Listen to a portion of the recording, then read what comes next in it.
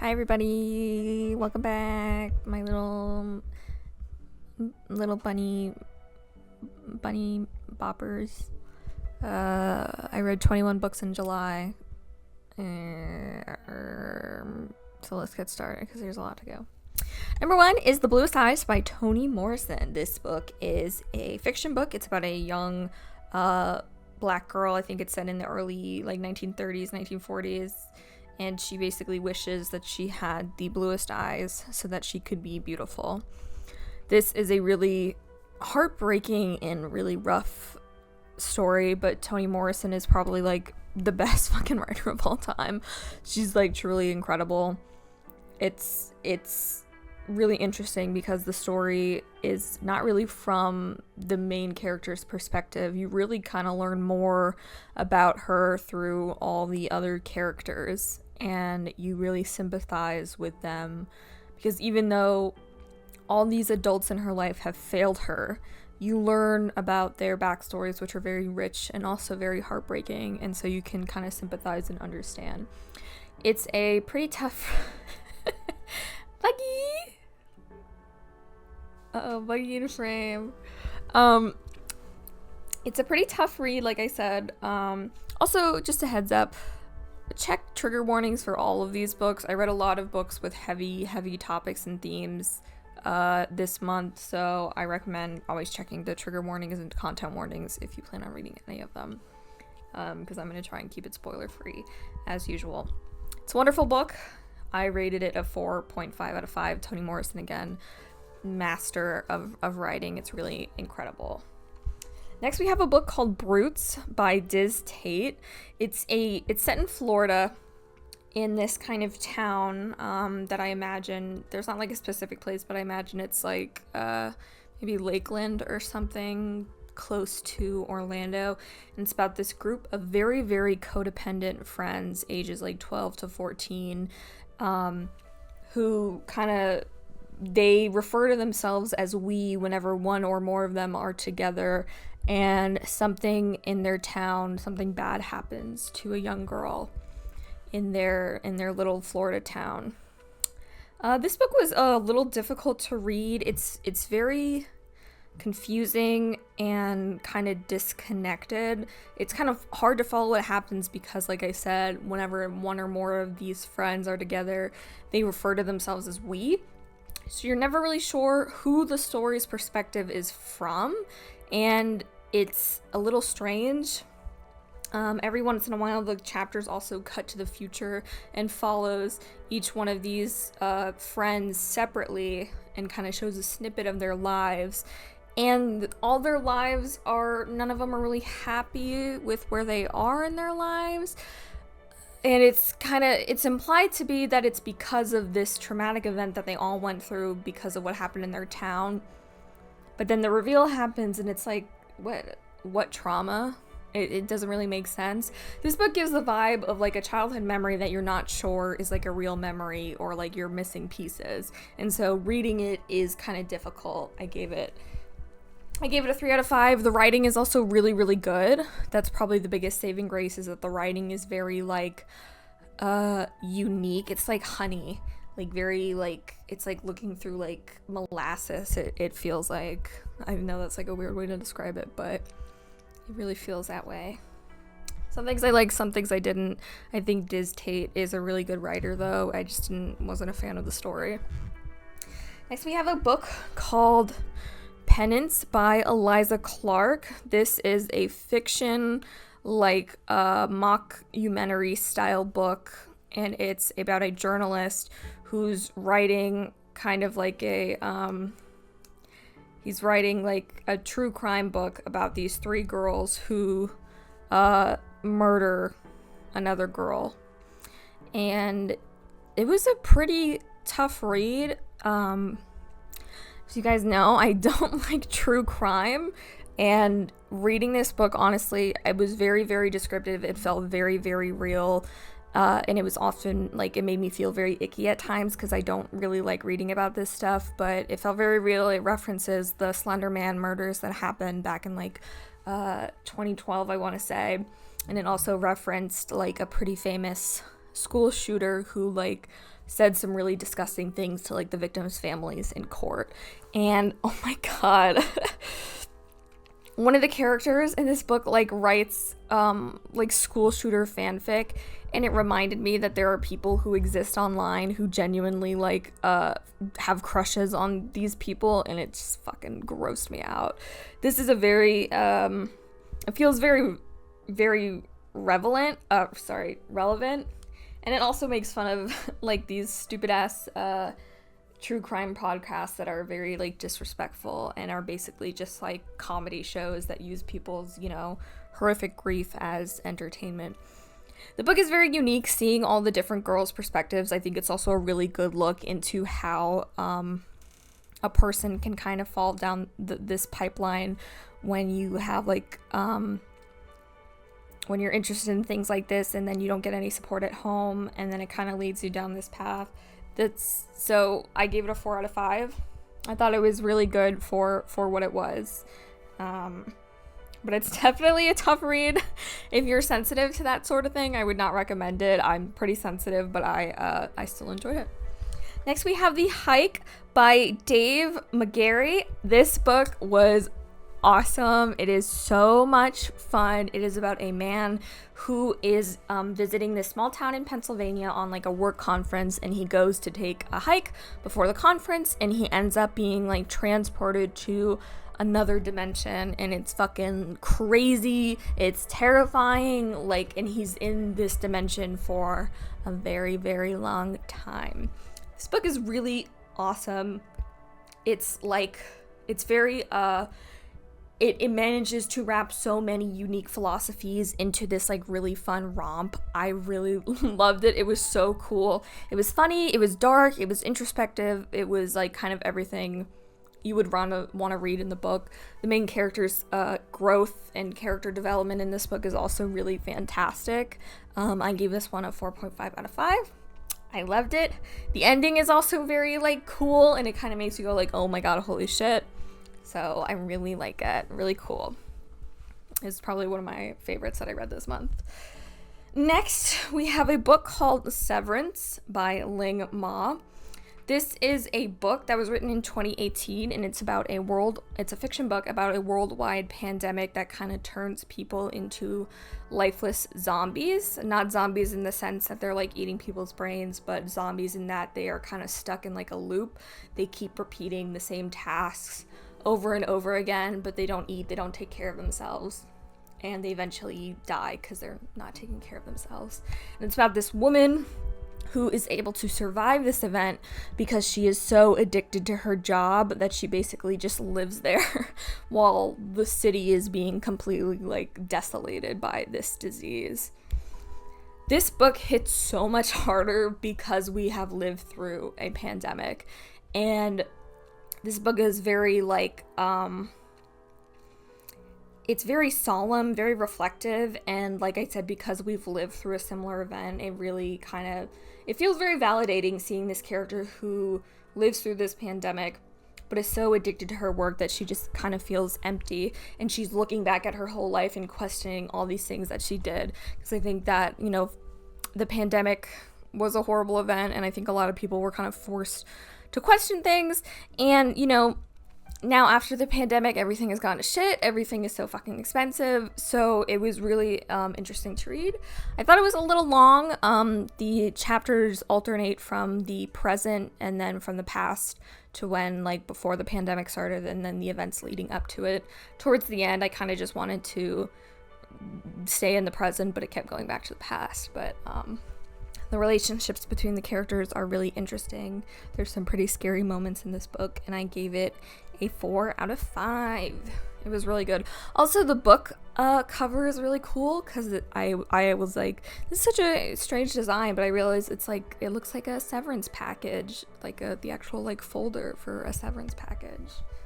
Next we have Death Valley by Melissa Broder. This is a story about a woman who is staying at a Best Western while her father is in the hospital, kind of coming and going out of a comatose state, and she's thinking about her future with her partner, who is also suffering from a chronic illness. And she goes into the desert and kind of becomes lost in the desert, and it's unclear if the desert is changing or if she is just going through like grief-based delirium. This book was, I really, really enjoyed it. It's very, very humorous. It's a very, very humorous approach to grief, which I think is very, I really appreciate it, because I think it's hard to do that in a way that is still comfortable. I feel like sometimes when people use humor to cope with grief, it comes across as very uncomfortable and sometimes not very helpful. But this book really, I thought, had a lot of beautiful things to say about grief and love, and Melissa Broder is really good at writing characters that feel very real. They're not, this main character is very flawed, but she's very human. Like, if you were to meet her in real life, you wouldn't say that she's a bad person, because many people have felt this way, and under stressful situations it's even harder to judge them.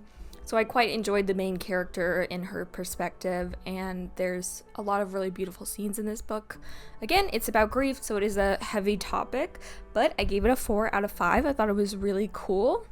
It's also not super long, which I like, so I definitely recommend it if you're kind of looking for like a humorous twist about grief, because sometimes, you know, you just need that.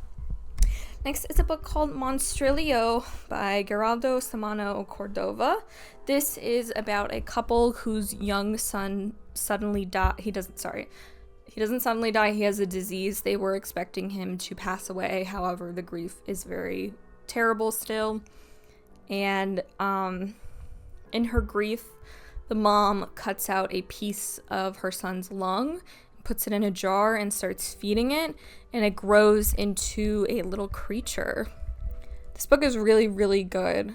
It has like an ensemble cast of characters, and you see their perspectives. Each character is very, very clearly thought out. I adore that in books. You really, really see their full perspective, the full scope of their ideas and their beliefs, and how they're kind of using this creature who is growing to kind of project what they want onto it.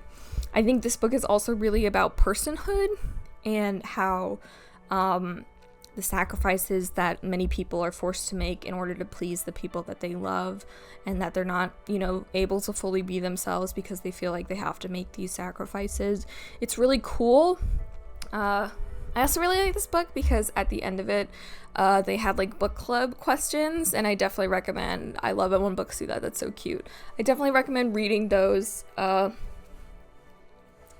club questions, because it helped me get a better idea of what this book was trying to put across. I really, really enjoyed it. I gave it like a 4.3 out of 5, but we'll just say it's a 4.5 out of 5.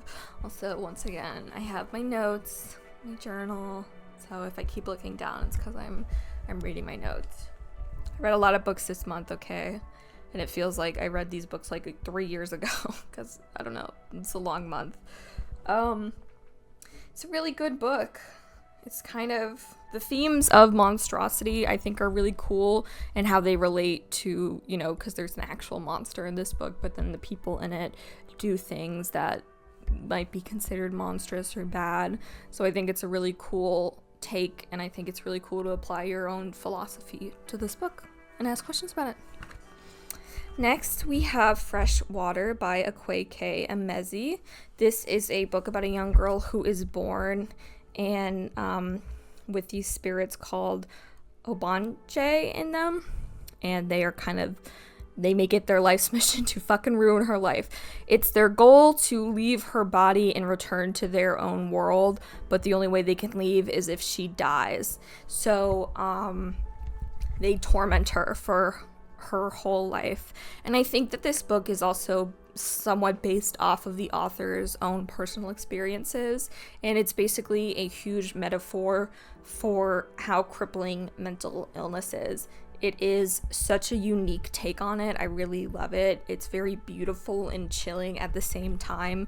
The things this character goes through and the isolation that she feels is so palpable and painful. Like, I really just wanted to give this character a hug, because my god, she goes through a lot in such a short amount of time.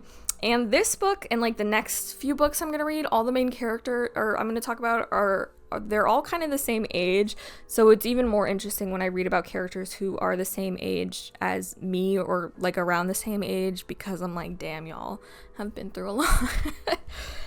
It's a really excellent book. I gave it a 4 out of 5. I think the author's perspective in this book is really breathtaking, and I know that they have written a few more books, and I'm super excited to read them. I've heard that they're also just as devastating, so I can't wait.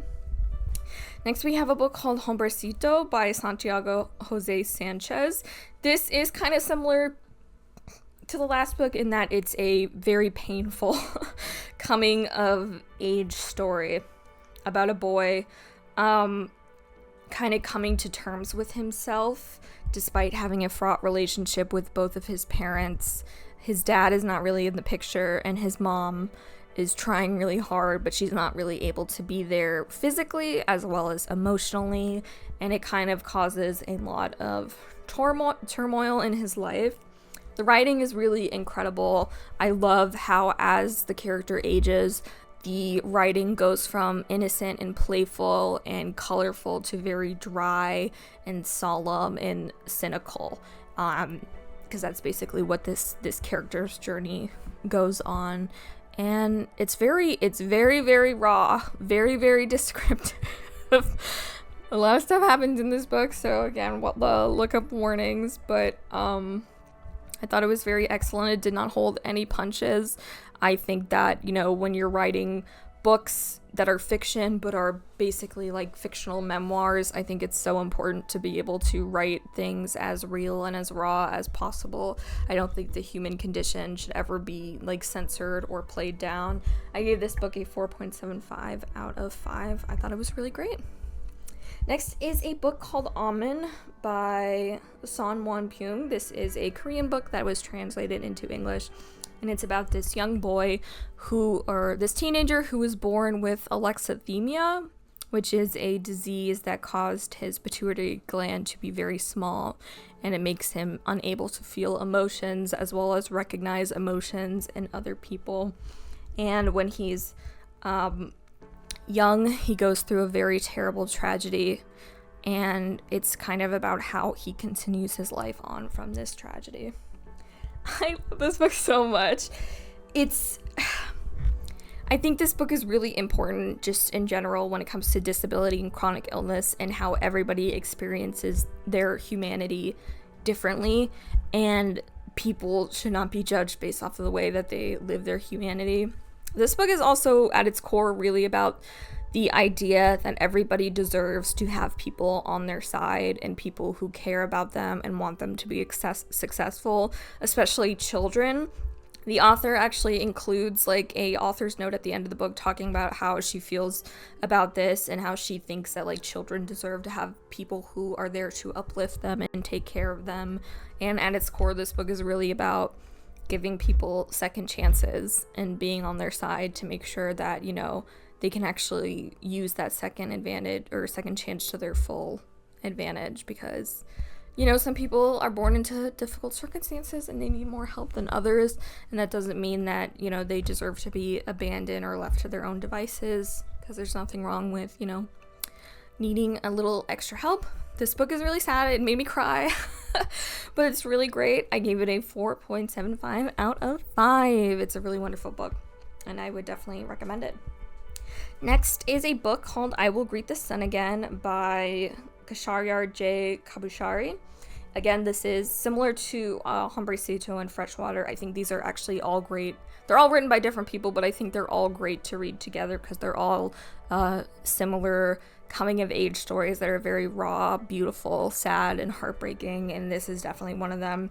It's about this young Iranian-American boy whose father kidnaps him and his siblings and takes them away from their mother to Iran, and kind of tragedy ensues from there.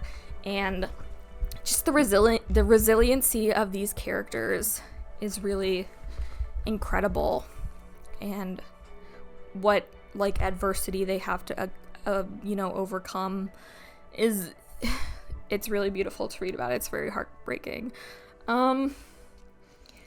I would have loved to see more, because I think the story ends right before like the character is an adult, and I would have loved to see the character as an adult more and more, learn a little bit more about them. But the relationships between the siblings and the character's mom is very sweet and hopeful and beautiful, and it's sad to think that, you know, this really happens to the children, that they don't have autonomy over their choices and their parents can kind of just take them away at will and, you know, try to impose what they want onto them. And so it's a really beautiful book. I gave it a 4 out of 5. A lot of high ratings this month. I honestly read a lot of really good books. Next we have a book called The Pisces. This is again by Melissa Broder. This is a book about a woman who kind of suffers from love sickness, I want to say. She's obsessed with like relationships and being in relationships, but she can't get out of her own way. The story starts where her long-term boyfriend breaks up with her and she ends up assaulting his new girlfriend, and she has to go to mandated therapy, and the story kind of goes from there. This is not for everybody. I was like, I look up the ratings for a lot of the books I read on Goodreads, and this book was rated a little low, and I definitely know why, because some things happen in this book that are hard to read, and the main character is extremely flawed. She is she's kind of not a great person. Like I said before, Melissa Broder is really good at writing characters that feel extremely human. Like, this sounds like somebody, like, you could have, like, if you read about this character, you might think, oh, I might know somebody who does this. But she's just, like, very raw. She holds no punches when she comes to the way that she writes her characters. And so they do feel very human, but very flawed. But it can be very difficult to read when the character is doing things that you're like, oh my god, what the fuck is wrong with you? So I definitely enjoyed it. I think that the main character is sympathetic, but at the same time, a lot of the things she does is very reprehensible, and it's not going to be for everybody. I gave it a 3.75 out of 5. I thought it was quite entertaining, but it was a little tough to read. Look up the warnings for that one as well. Like I said, a lot of warnings this month. But I think I like pretty much all the books that I read this month. I think there's one that I really did not like, so you can't really go wrong.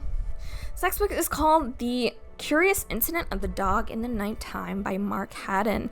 This is about a young, like a teenage autistic boy whose neighbor's dog ends up dead, and he wants to figure out who did it, and things kind of spiral out of control from there.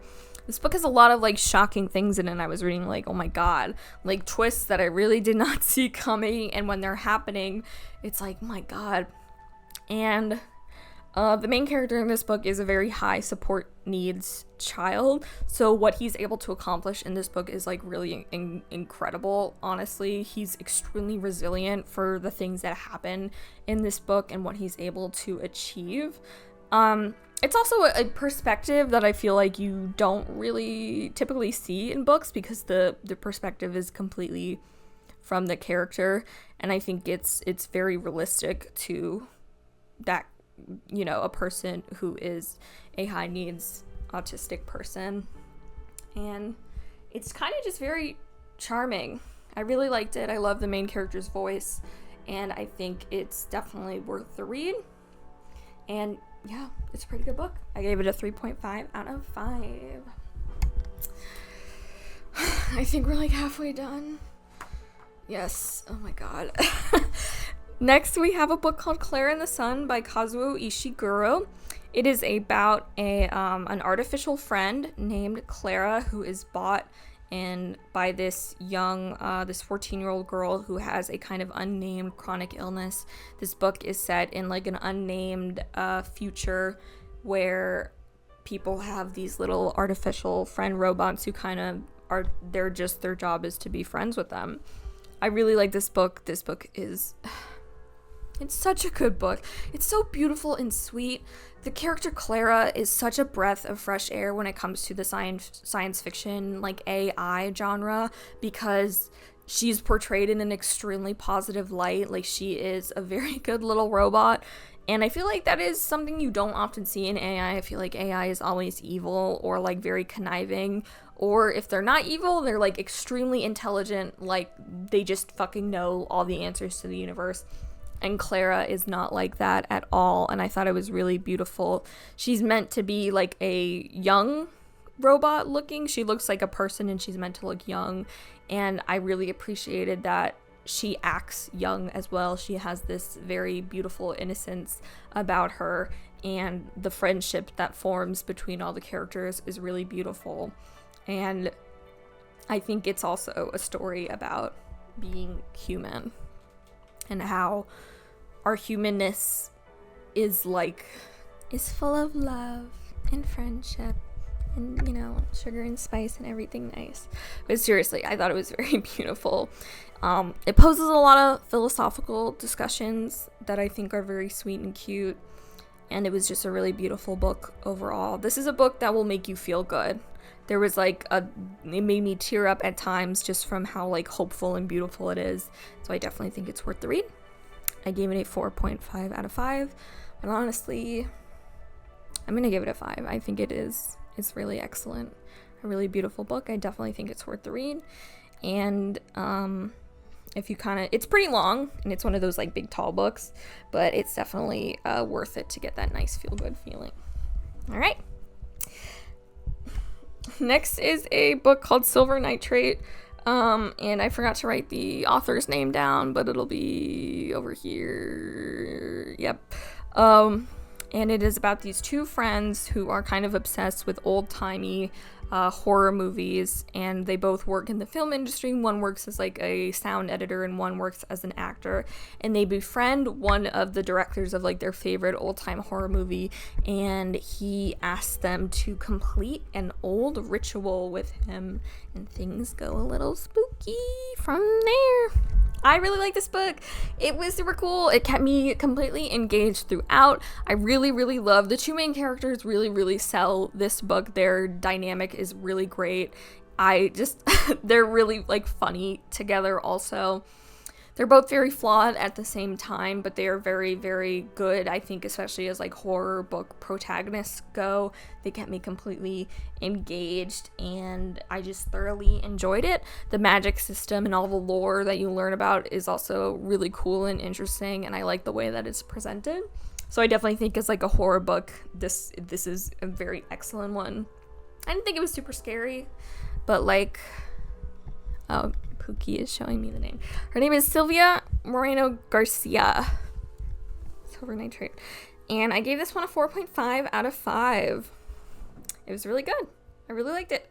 If you're looking for like a really kind of exciting, fun horror book, I think this is definitely one of them. All right. Next is another horror book called The Grip of It by Jack Dempsey. This is pretty much the only book that I didn't really like, and I hate to say it because I hate like not liking books, and the cover I thought was really cool, so I was really excited. But it's about a couple who move into a house with creepy vibes, and kind of general creepiness ensues. Typically in books, I prefer things to be under-explained rather than over-explained. But in this book, there's like no explaining at all. So it's kind of just reading about a couple who is acting like they have mold poisoning. And then you kind of never really figure out what is going on. It's also a pretty short book, so I expected it like a lot to happen in a short amount of time. I feel like that would make sense for a horror book. And I feel like not a lot happened in a short amount of time, so there's not really a good wrap-up for the book. I gave it a 2.75 out of 5. The writing itself is pretty cool. It does evoke a very creepy atmosphere, but overall, I don't think enough happened for me to give it any higher of a score. Next is The Sympathizer by Viet Thanh Nguyen, and Vietnam Ling. I know I'm probably still saying it wrong. I'm very sorry. But it is about, and it is set pretty much at the very end of the Vietnam War, and then after the Vietnam War, and it's about a sleeper cell agent who is infiltrating the northern Vietnamese army and the American army to learn their secrets, and he's pro-communist from the southern Vietnamese army. And the book is from his perspective. It's him writing his confession to his commandant, and then that's like about 307 pages because they said it exactly in the book how long it was, and then the last 60 or so pages is after he's finished writing his confession and he's finding out what exactly he is kind of confessing for, because he doesn't really understand. And this book, oh my god, it is top-notch writing. It is incredibly dense. It took me like 4 days to read, which for me is a really long time because it's written like a confession. There's no real dialogue, so you don't have like these gaps for dialogue, so you're just reading these huge chunks of paragraphs. So it's like very dense and it's a lot to take in, but it is a wonderful book that examines. Oh, my cat hit the sticky keys. Stop it, Buggy, no sticky keys. Is this still recording? Yeah. Okay. A top-notch examination of kind of America and Vietnam post the Vietnamese War. It really highlights kind of Western hypocrisy and the things that all Asian immigrants have to go through, and also kind of about the erasure of Asian identities when they come to the US. You know, how Asians are kind of all just grouped together. They're not given their individual identities, and kind of what happens with that. I thought it was a really great book. I took a lot of screenshots of passages in this book. The main character is just like really, really interesting, seeing his perspective and kind of knowing what happens at the end and finding out why he's being forced to confess is really shocking and heartbreaking. And it left me, I was like, holy shit, damn. It was like a really crazy reveal. I think it's really great. I'm not super into like war history, but I've always, found the effects of the Vietnam War in the cultural zeitgeist of America to be very interesting. And so learning about it, even if this book is fictional, it is based off of very true events. So I found it really interesting and informative, and I really liked it. I gave it a 5 out of 5. This book is also long. It's almost 500 pages, and like I said, it's a very thick, tough read, but it's pretty good. Oh, there's also a TV show, and that they made into like a mini series on HBO, and I definitely recommend watching the show. I've only watched like 3 episodes, but it's very, very faithful so far to the book, which I think is really cool, and I really like the way that they portray that it's a confession. It's super cool, super interesting, so check it out. Alright, we're almost done. We just have a few more left. Next is a book called Erasure by Percival Everett. It's about a man who is a writer who is going through some family tragedies while also trying to maintain, his livelihood as a writer. And a book is published that he finds to be absolutely terrible, and he decides to write his own parody satirizing the book, and it becomes a massive success, much to his chagrin. This book is pretty funny. Very, very political, I would say. It's if you're a literary fan, I think you would like this book, because the main character is an author, and he talks a lot about how typeset, margins, like the actual typing of text on page influences the reader's perception of books. So it's really cool. I definitely recommend reading the physical copy, because the physical copy also plays around with typography, so being able to read that is really cool. Also, some funny ass shit happens in the book. There's like this scene where he is about to have sex with this woman that he's been courting, and he sees like this book that he hates on her nightstand, and he's like, why do you have that book? What do you think of that book? And she's like, it was pretty good, I guess. And he's just like, well, it's just that I don't think anybody with intelligence could ever read that book. And she's just like, what the hell, man? I think you should go. So He's kind of an idiot, but it's pretty entertaining. I gave this book a 4 out of 5. Really cool, and I'm excited to read more of Percival Everett's books. So yeah, pretty cool. All right, next is this is a nonfiction book. It is a memoir. It's called Hijab Butch Blues by Lamia H. And it's a memoir of her life, basically examining her queerness through the lens of Islam. And it is so captivating, so thought-provoking, so excellent and beautiful. This character, like, I feel like I'm reading like a thesis with the things that she discusses in this book. It's so poignant and beautiful, and it really points out a lot of things that I think a lot of queer people experience in relationship to how they're able to express themselves, and the frustration that comes along with it, and the fears that come along with it, and the sacrifices that people have to make. I absolutely love this book. I gave it a 4.5 out of 5. Super insightful, and made me think, about my own life as a queer person a lot in relations to Judaism, and just in relations to the other people in my life. So I thought it was really cool and excellent. It's a really great book, and you should check it out.